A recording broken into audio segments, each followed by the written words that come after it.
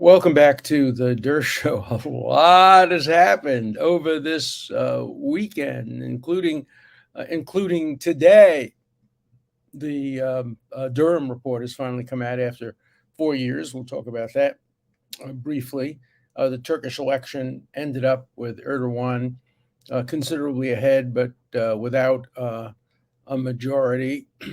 A new witness or a new witness statement has come forth in the Penny case. That's the case of the ex-Marine who put a stranglehold on the person who was screaming on the subway and who ended up dying as the result of the stranglehold. We'll talk about that extensively, and we'll answer a lot of your questions. There were a lot of comments, a lot of negative ones, particularly about transgender rights. We'll get to some of those in time. Let's start briefly with the Durham report. I mean, the Durham report basically could have been entitled "Get Trump."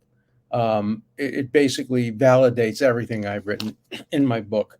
What it said basically is that they were biased, that many of the people conducting the investigation were twisting the facts and twisting the law and twisting the evidence in favor of finding something criminal, something wrong with Trump, and favoring the other side. Durham said that they failed to use professionalism, and they skewed the evidence, and they opened an investigation based on very, very questionable raw intelligence, which turned it out, of course, to be totally false. I mean, everybody now knows that the investigation was rigged and was false, but now the Durham report has confirmed it in large measure. Of course, the New York Times starts its headline. And this is not the editorial page. This is the headline. In final report, Trump-era special counsel denounces Russia investigation. When he was appointed, everybody was praising him for his objectivity and his long experience as an independent, nonpartisan prosecutor. But he's come up with a report critical of Democrats and supportive of Donald Trump. So suddenly he gets tarred with the label of Trump-era special counsel. MSNBC did the same thing in their headlines. No surprise. The headline would have been completely different if the report had come out more favorably to the investigation and to the Clinton campaign, but it didn't. And so the Times, which doesn't understand the difference between the first page and its editorial page, decides to editorialize immediately and be critical of Durham. I'm sure they wrote this headline before reading the report. I have to tell you, I haven't read the whole report. I've glanced through it. It's available online.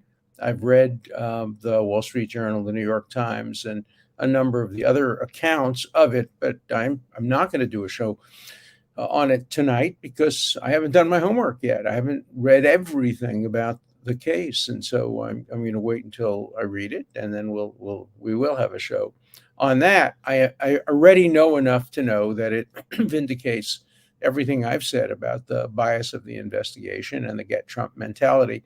I mean, they practically use the term get Trump in the report. They basically say that the investigators slanted everything in the direction of trying to get Trump, and they didn't succeed, and now they've gotten their comeuppance, and we'll see what happens. We'll see. Of course, a lot of Democrats will simply trash the report, saying it was done by a Trump-era appointee again praised by many Democrats and many on both sides of the aisle for his history of objective law enforcement. Okay, just 1 minute on Turkey. We're not going to spend a lot of time on that. Erdogan is a very strange leader. I don't know what his own religious views are, but he has understood that by turning Turkey from what it has been historically for 100 years, the first secular state.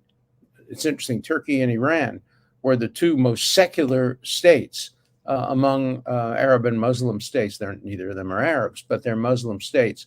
And Ataturk prided himself on turning Turkey into a secular state after the end of the First World War.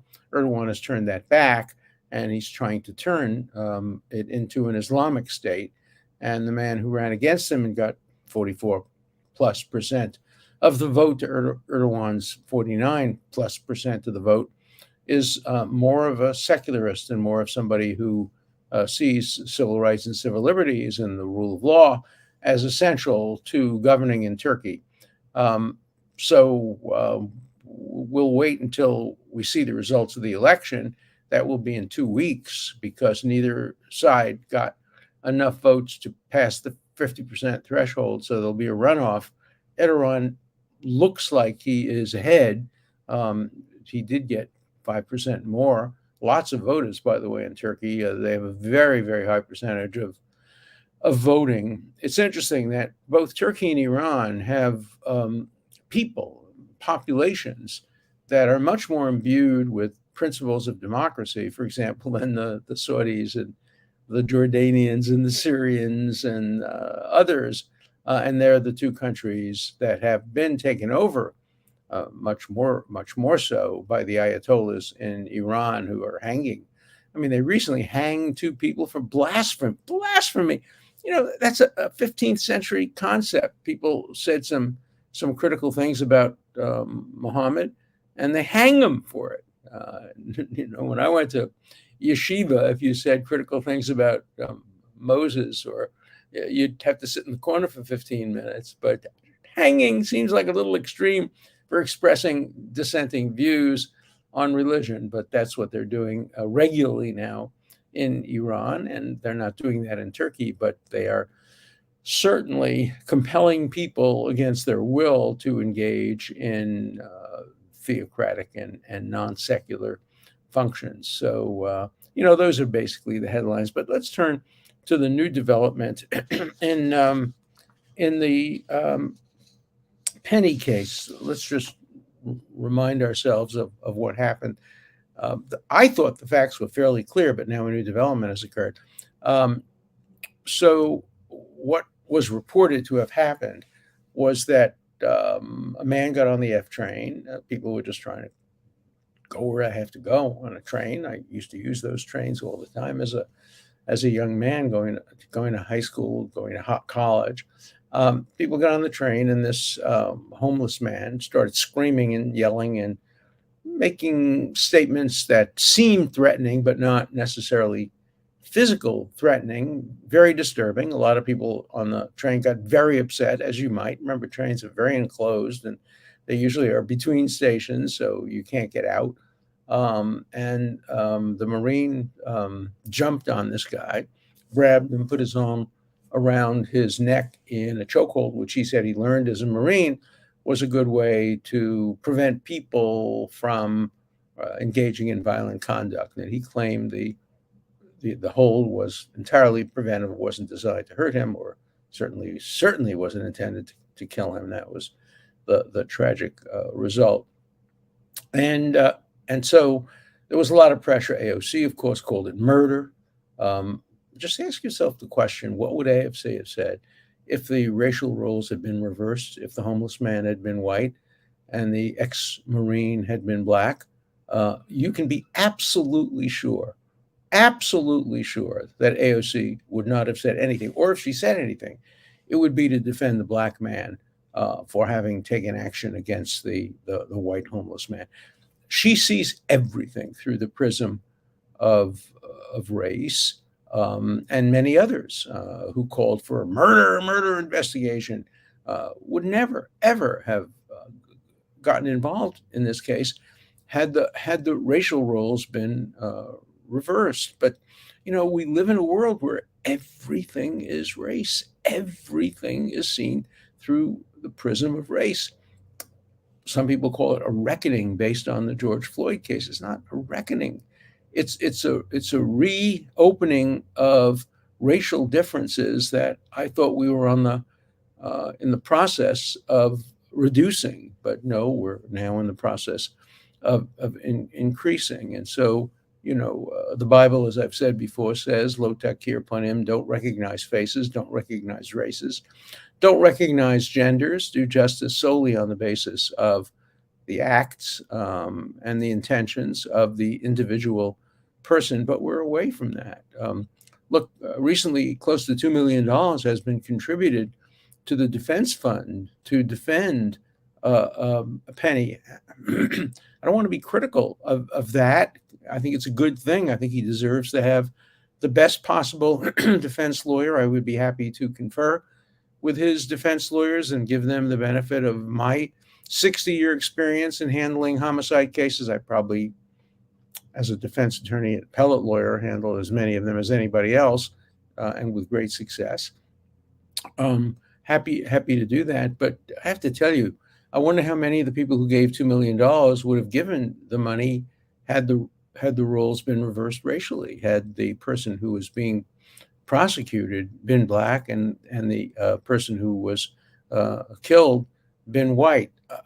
I'm not taking sides here. I'm just saying we see too much today through the prism of race. And there's too much we take sides. We're not going to wait to hear for the evidence. We're going to see who the racial components are, and we're going to take sides based on that. Well, now comes this new statement. And this is a subway rider, a strap hanger, who was there. And the subway rider said Neely, he's the man who was killed, who had a history of mental illness, was threatening passengers after he hopped on an F train in Manhattan. And this is quotes from her, he said, "I don't care," this is in quotes, "I'll take a bullet, I'll go to jail," because he would kill people on the train, the woman said of Neely. He said, quote, and this is a quote, this is a direct quote, and it will be obviously central to the trial. This quote, she says, she will testify if she's called, she says that he said, "I would kill a mother, F you. I don't care. I'll take a bullet. I'll go to jail." If he in fact said, "I will kill MF," that, it seems to me, is a pretty strong defense. I think if somebody who's raving and raging is threatening to kill, it is perfectly appropriate for somebody to put the person in a hold. I'm not saying a chokehold. I'm saying a hold to make sure that he doesn't have a knife, doesn't have a gun, doesn't have the ability and the capability of doing this. After all, he was a young man, somebody who could easily have done damage to people. Remember, he had previously sent a woman to a hospital by punching her just with his fist, punching her in the head and causing her brain damage. So the case takes on a completely different dimension if this testimony is accurate. And by the way, it's not hearsay testimony. It's direct testimony. She was there. It's not admitted for the truth. It's admitted for the fact that he said it. If he said, "I would kill a MF, I don't care, I'll take a bullet, I'll go to jail," if he used the words "I would kill," then it seems to me he has a very, very strong defense. I hope he has a good defense lawyer who doesn't politicize the case, who handles it as a straightforward manslaughter homicide case. I think the prosecutor rushed to judgment. I don't think there should have been an indictment at this point before the investigation was completed. I'd like to know whether the prosecutor spoke to this woman, whether the prosecutor was aware at the time he told the prosecutor to indict this particular ham sandwich, whether he was aware that there was an eyewitness who, I guess, says she will testify under oath subject to perjury, that she heard him say, "I would kill an MF." Now, let's also find out whether there are other witnesses on the train who might have heard it, or maybe other witnesses who would say, "No, he didn't say that. I was there. I know for sure he didn't say that." So you could have either witnesses who contradict or witnesses who don't confirm, or hypothetically a witness who does confirm. Let's wait and see what the totality of the evidence is before we rush to judgment. This man is an ex-Marine. He did what many people would hope that others would do on a subway. He acted as a good Samaritan. He may have gone too far. The question is not, was it appropriate for him to try to hold the person who was threatening, if not threatening, at least causing concern among passengers? Was he a good Samaritan? But he didn't hold him around the chest. He held him by the throat. He says he was trained to do that. A jury ultimately, if the case goes forward, will have to decide whether or not that constituted the use of excessive force, whether it was negligent, whether it was reckless. At least the DA had the good mind not to follow the idiocy of AOC, who wanted him indicted for murder. If AOC were the prosecutor, she's not a lawyer. I think she's a bartender. But she doesn't seem to have not only any expertise in law, but any common sense about it.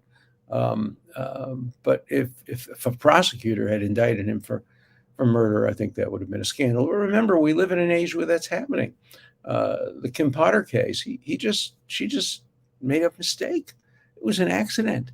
And she ended up taking her gun instead of a taser and shooting somebody with also a history and a record of violence and criminality. But in both cases, it seems like the perpetrators, the alleged perpetrators, didn't know necessarily of the history of violence. In the Kim Potter case, there was a greater basis for it because there was a warrant out for his arrest, and there was other information that she may very well have had access to. In this case, I think what we see is what we get. He was on the train. He saw somebody acting in a bizarre way. He didn't know that he had 40-something arrests, including, most relevantly, the arrest for almost killing a woman with his bare hands and giving her brain damage. By the way, if the jury finds out about that, the case is over. And if the jury doesn't find out about that, the case might be over. So one of the biggest issues in the case will be whether or not the jury learns about his prior history, relevant things about his prior history.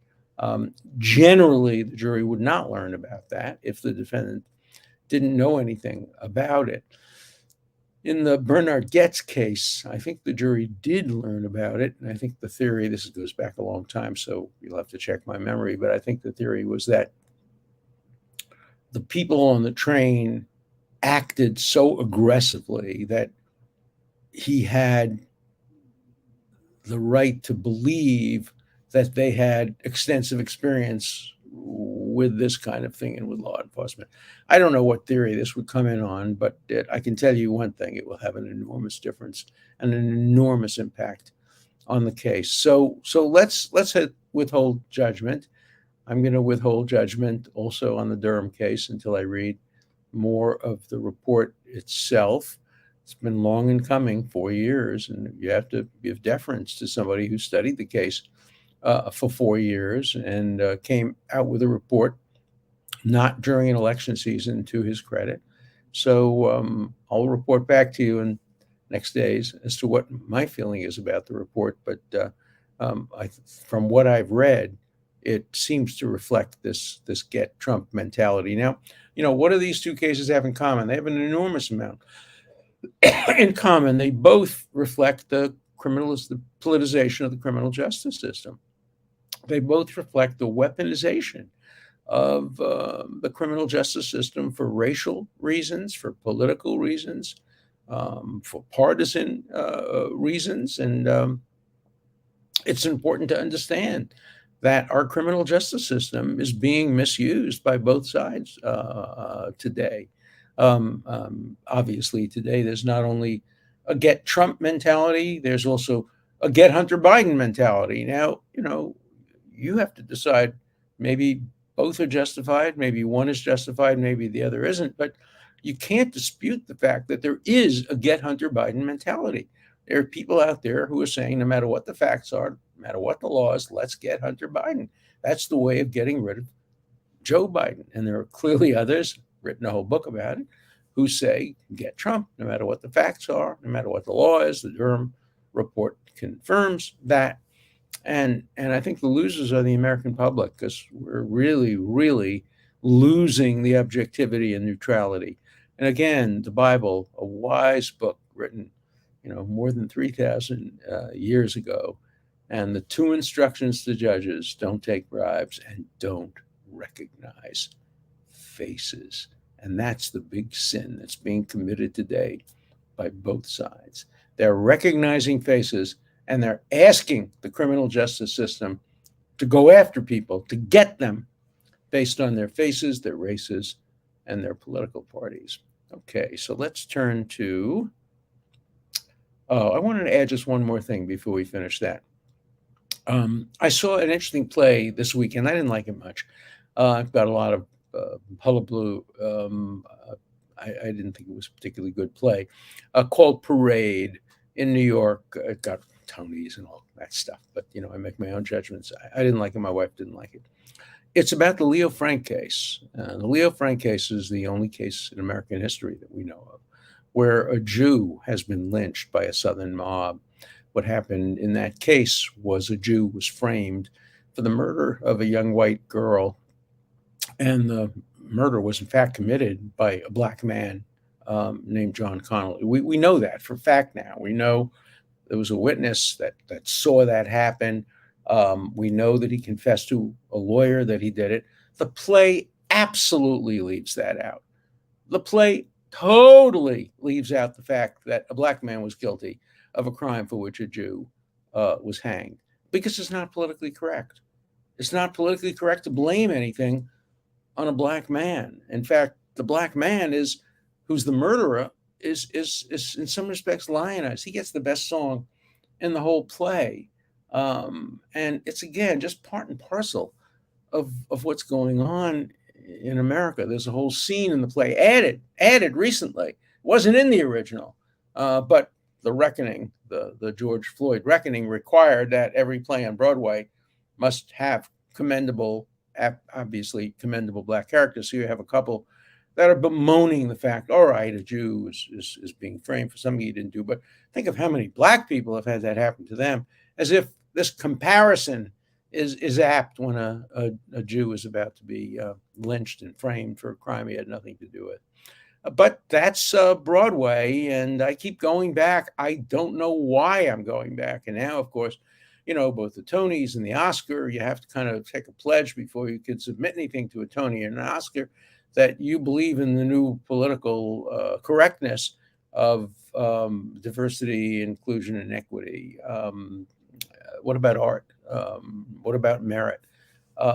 We're just seeing the world around us change so dramatically, and such a movement away from meritocracy. I don't care about that on Broadway, so I just could walk out of a play. But I want my pilot, I want my surgeon to be the best possible people, without regard to race or gender or ethnicity or partisanship or anything else. There was a time back in the day when I was growing up when meritocracy didn't prevail, when your doctor at Columbia was probably selected because he wasn't a Jew, because he was a WASP. There were quotas and limits on Jewish doctors. That was not a good situation either. And then there was this golden era where meritocracy seemed to prevail, and we're losing that golden era. Today, it's not any longer the WASPs and the Brahmins that get picked because of their race or religion, or more often because of the absence of being Jewish or Catholic or some other, quote, undesirable quality. But we're seeing race today playing far too much of a role in selecting people for jobs that must be based on merit. We'll see what the Supreme Court says about that. It will happen in the next 2 months sometime. So stay tuned. Let's look at some letters.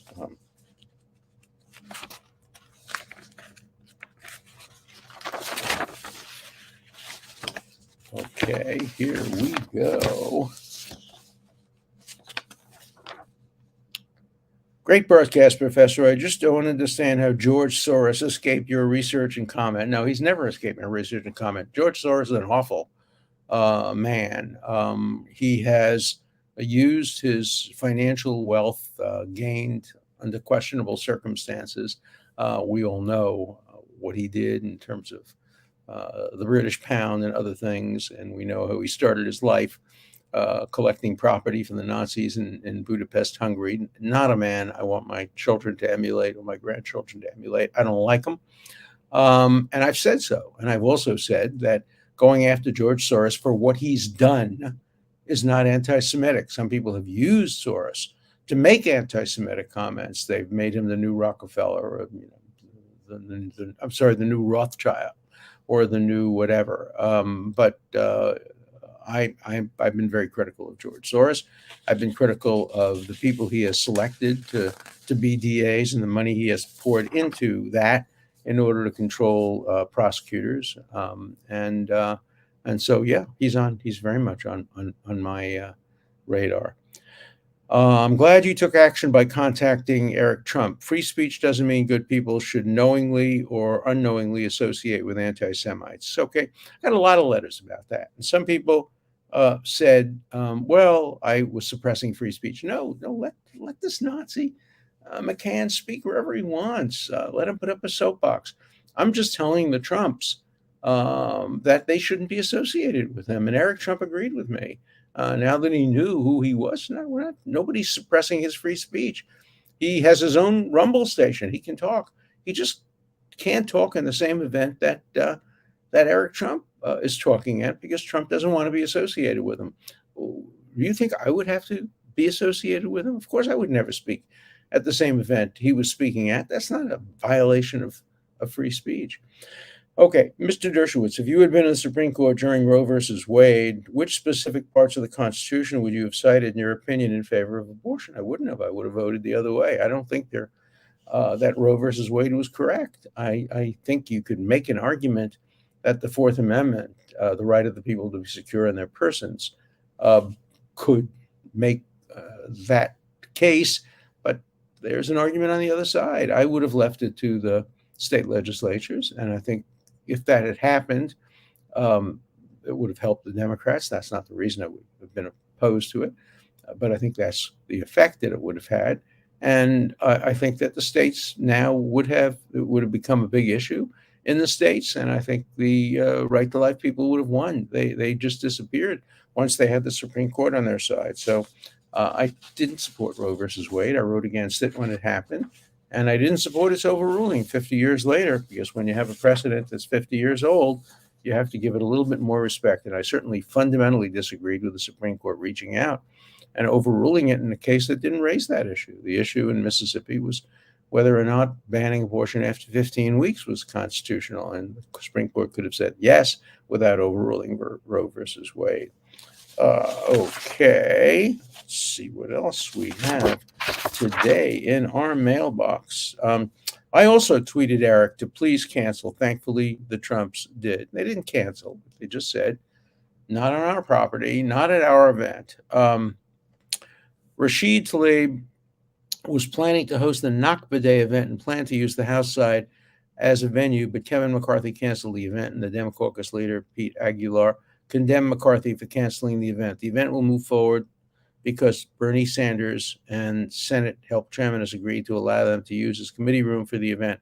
I want to know your opinion. I don't think that every racist congressperson has the right to hold events in the House. Let's assume you had a Republican who believed in segregation and thought Brown versus education was wrongly decided, or who believed that blacks are, quote, racially inferior, or Jews are racially inferior, or gays are racially inferior. Do you think the House would have allowed the House committee room to be used for that? That's not a question of free speech. It's a question of endorsement. And so I think that McCarthy did exactly the right thing. I think Bernie Sanders behaved atrociously by giving Tlaib an opportunity to use a Senate room to tell her lies. And they're just lies. Nakba, catastrophe, self-inflicted catastrophe. Palestinians were offered a state in 1947, 1948, a full state, much, much larger than Israel on usable arable land. And they turned it down and decided on a genocidal war, which resulted in some people having to leave. Is that a Nakba? And if it's a Nakba, whose fault was it? So if you want to have an honest discussion or debate about Nakba, invite me. I'd be happy to participate and present a point of view, and invite Talib to present the other point of view. Let's have a debate, but not having a hate fest sponsored by either the House or the Senate. So shame, shame, shame on Bernie Sanders. Shame on Cori Bush. She attended this. She is also a racist member of Congress who sees everything through the prism of race, who has made statements that amount to anti-Semitism and has supported an anti-Semite. She's in Congress. You know, you can't stop that, but you don't have to give congressional rooms to people. The rule has to be the same. If you wouldn't give the room to a white supremacist, you cannot give the room to somebody like Taleb. That's the simple rule. Whatever the rules are, have to be applied equally. See you tomorrow.